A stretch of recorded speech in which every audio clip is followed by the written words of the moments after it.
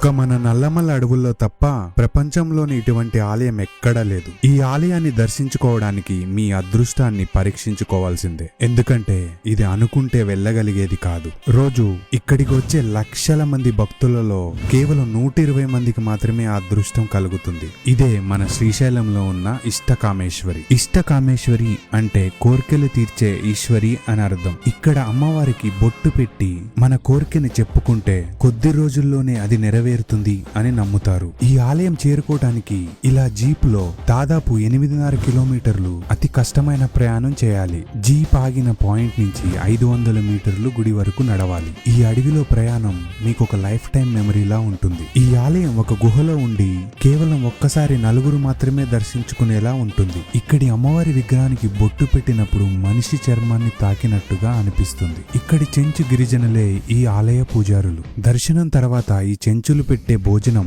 అమృతానికి తీసిపోదు. Ishtakameshwari tickets book చేసుకోవడానికి మనకి 2 methods ఉన్నాయి. ఒకటి 15 రోజుల ముందు ఆన్లైన్ లో బుక్ చేసుకోవడం. ఇవి కేవలం రోజుకి 16 ఉంటాయి. రెండవది ఆఫ్లైన్ మెథడ్. ఇది శ్రీశైల శిఖరం దగ్గర ఒక్క రోజు ముందు మాత్రమే ఇస్తారు. ఇవి రోజుకి 104 ఉంటాయి. బుకింగ్ వెబ్సైట్ అండ్ డీటెయిల్స్ నేను కామెంట్స్ లో ఇస్తాను. నల్లమల్ల అడవుల్లో దాగున్న మరో ఆలయాన్ని మీకు నెక్స్ట్ వీడియోలో చూపిస్తాను. సో ఇంకెందుకు లేట్, మీ ఫ్రెండ్స్ అండ్ ఫ్యామిలీకి షేర్ చేసి ప్లాన్ చేయండి.